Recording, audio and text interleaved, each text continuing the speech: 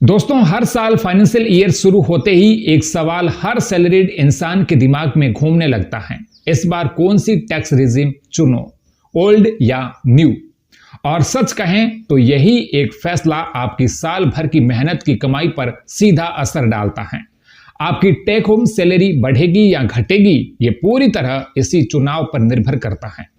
तो आज की इस वीडियो में हम कोई बोरिंग कैलकुलेशन नहीं करेंगे, बल्कि आसान भाषा में समझेंगे कि फाइनेंशियल ईयर 2026-27 में आपको कौन सी टैक्स रिजीम चुननी चाहिए और सबसे जरूरी वो कौन सा परफेक्ट जुगाड़ है जिससे आप लीगली अपना टैक्स कम कर सकते हैं और सैलरी कटने से बचा सकते हैं। अब जरा इमेजिन कीजिए, आपकी सैलरी वही है, कंपनी वही है, काम भी वही है, लेकिन महीने के अंत में आपके अकाउंट में आने वाला पैसा अचानक बढ़ जाए तो कैसा लगेगा? यही डिफरेंस बनाता है सही टैक्स रिजीम का चुनाव। सबसे पहले समझते हैं ओल्ड टैक्स रिजीम को। ये वो सिस्टम है जिसमें गवर्नमेंट आपको कई तरह की डिडक्शन और एग्जम्पशंस देती है। मतलब अगर आप स्मार्ट तरीके से इन्वेस्टमेंट करते हैं, इंश्योरेंस लेते हैं या होम लोन लेते हैं तो आपकी टैक्सेबल इनकम कम हो जाती है। जैसे कि सेक्शन 80C के अंदर आप पीपीएफ, ELSS, LIC या EPF में इन्वेस्ट करके डिडक्शन ले सकते हैं। हेल्थ इंश्योरेंस पर 80D का फायदा मिलता है। HRA और LTA जैसी एग्जम्पशंस भी मिलती हैं। लेकिन यहाँ एक ट्विस्ट है, इन सभी बेनिफिट्स के बदले टैक्स रेट्स थोड़े ज्यादा होते हैं।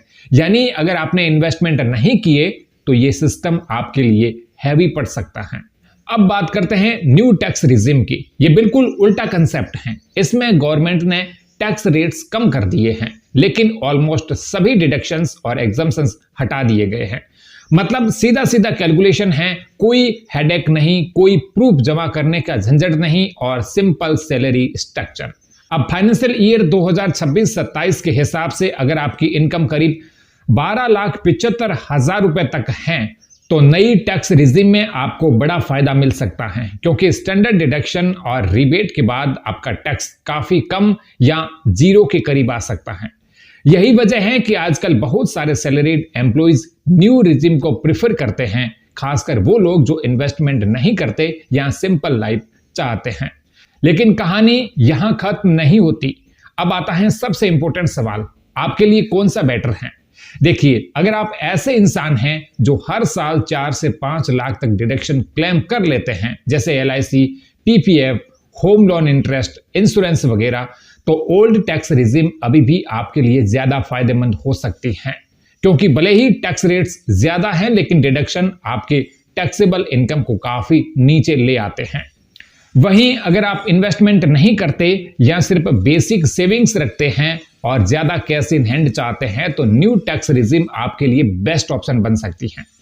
अब बात करते हैं उस परफेक्ट जुगाड़ की जो हर सैलरीड व्यक्ति को पता होना चाहिए। देखिए, सबसे बड़ी गलती लोग क्या करते हैं, वो बिना कैलकुलेशन किए हर साल वही पुरानी रिजीम चुन लेते हैं या ब्लाइंडली न्यू रिजीम पर चले जाते हैं।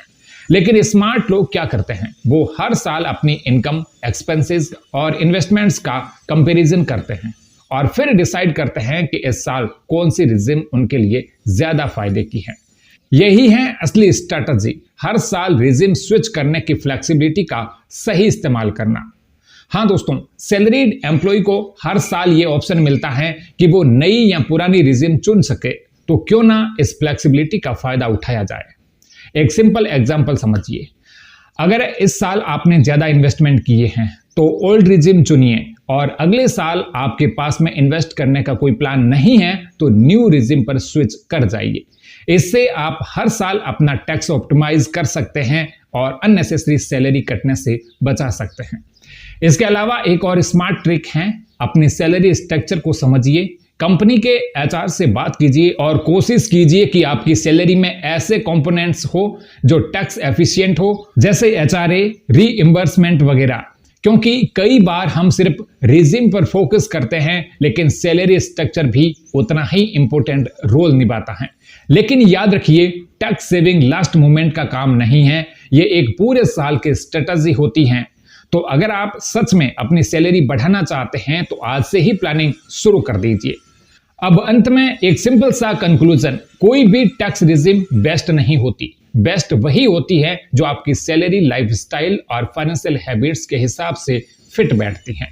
अगर आप डिसिप्लिन्ड इन्वेस्टर हैं तो ओल्ड रिजिम आपके लिए पावरफुल टूल बन सकती हैं, और अगर आप सिंप्लिसिटी और ज्यादा टेक होम चाहते हैं तो न्यू रिजिम आपके लिए परफेक्ट चॉइस हो सकती है। तो दोस्तों, इस बार बिना सोचे समझे डिसीजन मत लेना, थोड़ा कैलकुलेशन करो, अपनी सिचुएशन को समझो और फिर चूज करो, क्योंकि सही डिसीजन सिर्फ आपका टैक्स ही नहीं बचाता बल्कि आपकी फाइनेंशियल लाइफ को भी बेहतर बनाता है। अगर आपको ये जानकारी यूजफुल लगी हो तो वीडियो को लाइक करें, शेयर करें और ऐसे ही फाइनेंशियल इंफॉर्मेशन पाने के लिए सब्सक्राइब करें।